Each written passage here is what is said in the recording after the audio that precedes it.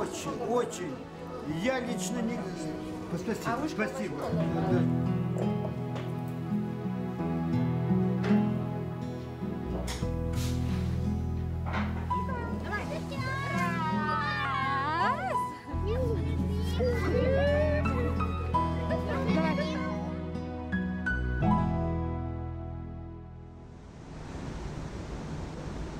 After decades of oppression under the Soviet Union, in the early 90s, Ukraine started a process to go back to its original cultural and spiritual identity. The Church played a crucial role in this process of the nation's renewal. The joy of the Ukraine's independence, however, has been darkened with stagnation, poverty, abandonment, and hopelessness. The deepening crisis is felt through all levels of Ukrainian society. Even more with the recent military conflict.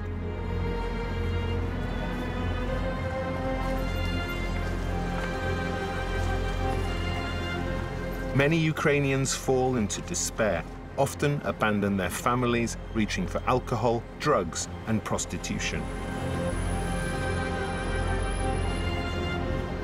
Simultaneously, however, more and more young Ukrainians dedicate their lives to God and the betterment of the society around them.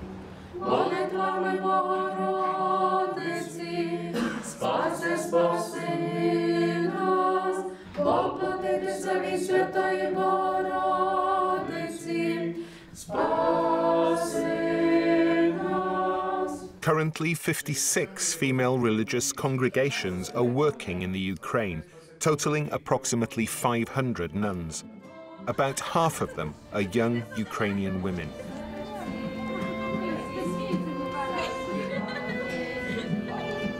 One such congregation is the Institute of the Incarnate Word, a female congregation working for the needy people.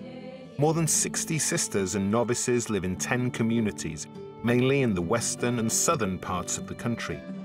They arrived in the Ukraine in 1990.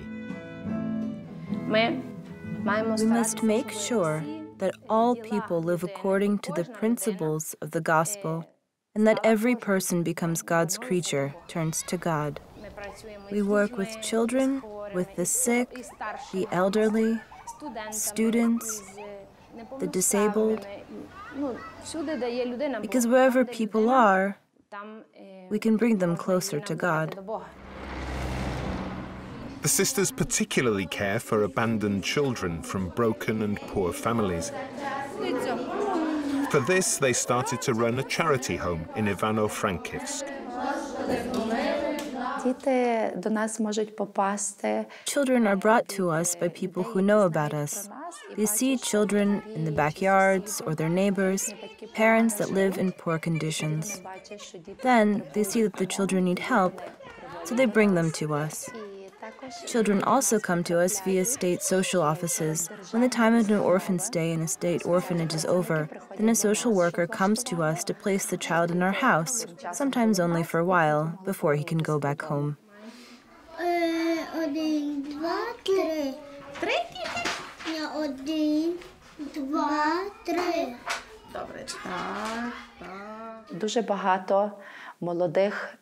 Many young parents are living abroad for work, and their children are left with the elders, with grandmothers.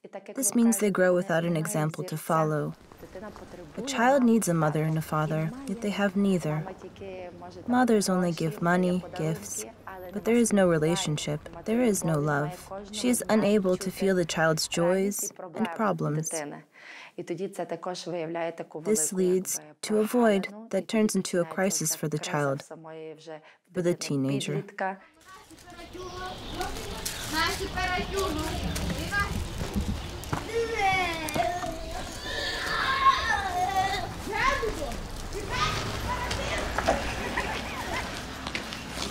When they come to us, they feel warmth.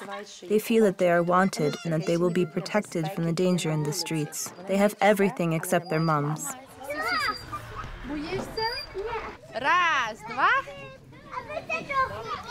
We give them all our love, but they have no mother, and that hurts us the most.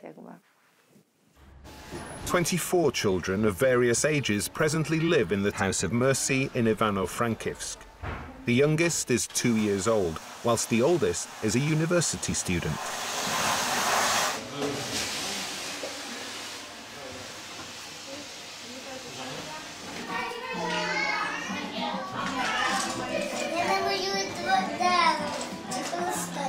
One sister is completely responsible for medical issues, whilst other sisters do the homework with the children after lunch. The sisters try to spend as much time as possible with the children, to see how they are developing, see their problems, their crises, and thereby be able to help. Sisters run a second House of Mercy for adult women, single mothers, and pregnant women. Currently, 6 mothers and 6 children live in this house. Some of them work, others study. There are mothers who themselves come from an orphanage or from broken families. They have no means to live, nowhere to stay.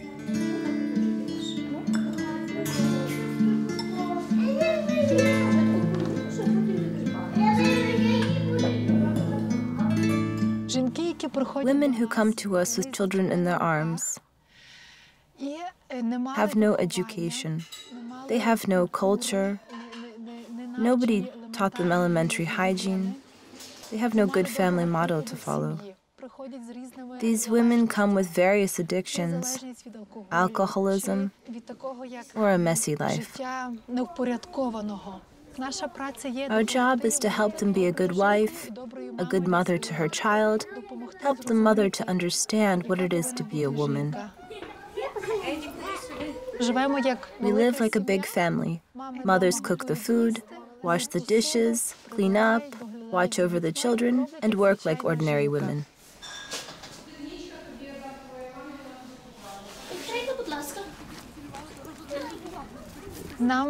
Good people truly help us in all sorts of ways, in whatever way they can.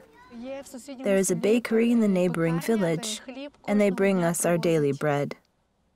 People call and ask, "What do you need?" and bring.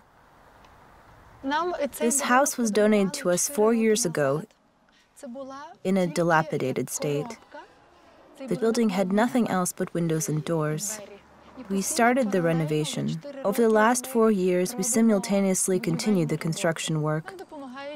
Various organizations help us, particularly Aid to the Church in Need, for the help of which we are grateful.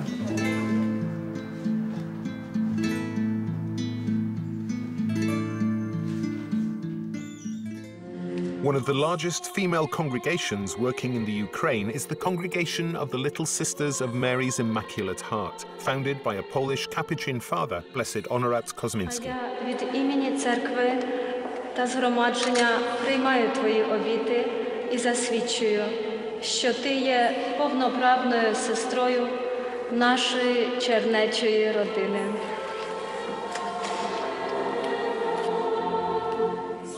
The 15 sisters live in 4 communities in the western Ukraine.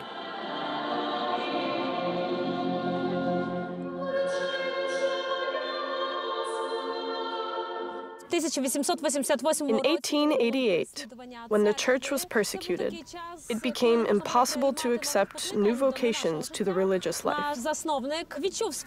Our founder felt a light from God that he should set up a congregation that does not wear a habit, referring to the Blessed Virgin Mary, who never wore any special clothes. She was actually the first nun, and this is essentially the spiritual foundation of our congregation. During the years of persecution, all of our sisters worked in different professions.